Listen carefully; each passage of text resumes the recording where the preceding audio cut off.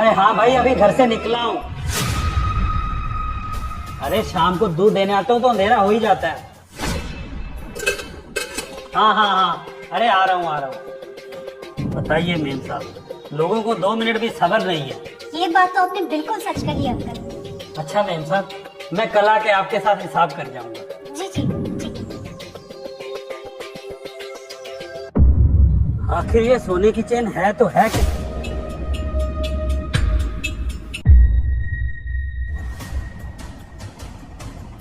ये तो वही दूध वाला है ना, जो हमारे घर में दूध देने के लिए आता है।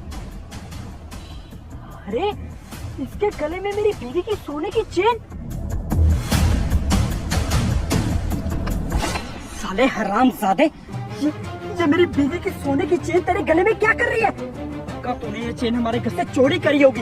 रोज दूध डालने आता है और हमारे घर से चोरी करता है। और देखो तो चोरी करके ये चेन अपने गले में लटका के कैसे घूम रहा है, और तुझे इस बात का कोई डर भी नहीं है? हाँ साहब मेरी बात तो सुन लो साहब। बस क्या सुनाएगा तू मुझे?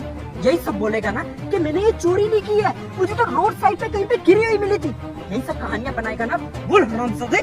साहब ये चेन मुझे रोड पे नहीं मिली थी, ये चेन मुझे मेरे दूध के डोलू में मिली थी। और मुझे भी लगा था कि ये चेन आपकी बीवी की है। मैं इसे वापस करने आपके घर गया था। मेम साहब। क्या हुआ अंकल? दूध तो दे गए थे आप। मेम साहब, ये आपकी सोने की चेन मेरे डोलू में गिर गई थी शायद। नहीं अंकल, ये चेन मेरी नहीं है। नहीं मेम साहब, शाम को दूध निकालने के बाद सबसे पहले मैं आपको ही दूध देने आया था, और अभी मैं जब दूसरे घर में दूध देने वाला था तभी मैंने देखा ये चेन मेरे डोलू में से निकली। पर ये चेन सच में मेरी नहीं है, आप ही की होगी। पक्का आपको याद नहीं होगा। मेम साहब, सोने की चेन अगर मेरे पास होती तो फिर बात ही क्या थी, पर ये चेन हमारी नहीं है। आप याद कीजिए, ये आप ही की है। अंकल एक बार बोला ना, ये चेन मेरी नहीं है, किसी और की होगी। अगर आपको मिली है तो आप अपने पास रख लीजिए। और मुझे कोई शौक थोड़ी चढ़ा अपनी सोने की चीज किसी को फ्री में यूं देने का। अगर मेरी होती ना तो अब तक आपके हाथ से छीन लेती मैं इसे। ये चेन आपको मिली है, अपने पास रख लीजिए। अगर किसी और की होगी तो वो खुद ब खुद आपसे ले लेगा। चलिए आप जाइए, अब जाइए। तब से ये चेन मैं अपने गले में पहन के घूम रहा हूँ कि जिसकी होगी वो खुद टोकेगा। आज तक किसी ने नहीं टोका। आज आपने देखा है तो आपने कहा है।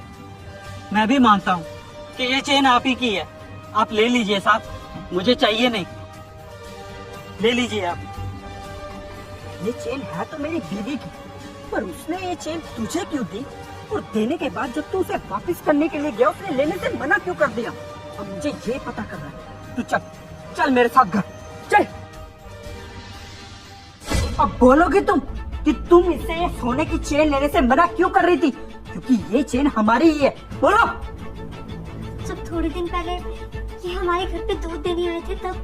अंकल कल आप शाम को दूध जल्दी देने आ जाए। जी मैम साहब, आ जाएंगे। अंकल क्या हुआ, आप इतने उदास क्यों हैं? कुछ नहीं मैम साहब, कुछ नहीं। नहीं अंकल, कुछ बात है तो बताइए। कोई प्रॉब्लम है तो आप मुझे बता सकते हैं। मेरी बीवी यहाँ आने की जिद कर रही थी, पर मैंने उसको मना कर दिया। फिर उसने कहा कि उसको गांव में फसल उगानी है। मैंने कहा फसल उगाने में तो बहुत पैसे लगते हैं। फिर उसने गांव में किसी से कर्जा लेके वहीं खेती कर ली, पर जो भी फसल हुई उम्मीद से बहुत कम हुई, और हम कर्जदारों का कर्जा नहीं चुका पाए। इसलिए मैं भी यहाँ सिर्फ 3-4 दिन ही हूँ मैम साहब। फिर मैं यहाँ पे गाय भैंस बेच के गांव चला जाऊंगा और वहाँ जाके अपना कर्जा उतारूंगा। पर अंकल अगर आप ही यहाँ से चले जाएंगे तो हमें रोज दूध कौन देगा? बहुत लोग हैं मैम साहब, कोई ना कोई आ ही जाएगा।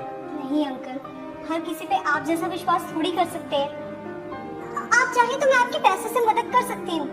बताइए आपको कितने पैसे चाहिए? नहीं मैम साहब, अगर मांगना ही होता तो कब का मांग चुके होते, पर हम बहुत खुददार आदमी हैं मैम साहब। मर जाएंगे पर मांग कर नहीं खाएंगे। इन्होंने पैसे लेने से मना कर दिया था, इसीलिए मैंने सोचा कि इनके दूध में चेन डाल देती हूँ। इससे ये अपना कर्जा उतार लेंगे, ये सोच के कि ये चेन इन्हें मिली है। किति, तुमने अंकल के लिए बहुत अच्छा सोचा, पर तुम ये भूल गई शायद कि अंकल कितने खुददार इंसान हैं। ये कभी भी तुम्हारी सोने की चेन को बेच के अपना कर्जा नहीं चुकाएंगे। हाँ साहब, किसी की मेहनत की कमाई से मैं अपना पेट कैसे भर सकता हूँ? वो तो नहीं भर सकते अंकल, पर इतने सालों से आप हमारे घर पे दूध दे रहे हैं और हमारे एक बार कहने पे आपने घर के कई और छोटे मोटे काम क्यों किए? तो उस नाते क्या इतने सालों में हमारा कोई रिश्ता नहीं बना? और अगर बना भी है तो उसी रिश्ते के नाते क्या हम आपकी हेल्प नहीं कर सकते? क्या आप हमारी हेल्प नहीं ले सकते?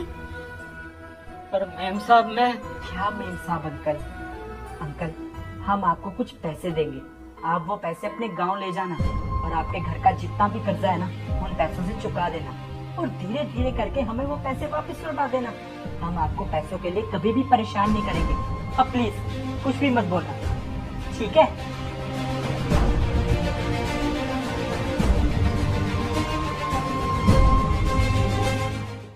दोस्तों, क्या आज भी लोग अनजान बन के किसी की मदद करते हैं? हमें कमेंट्स में जरूर बताएं।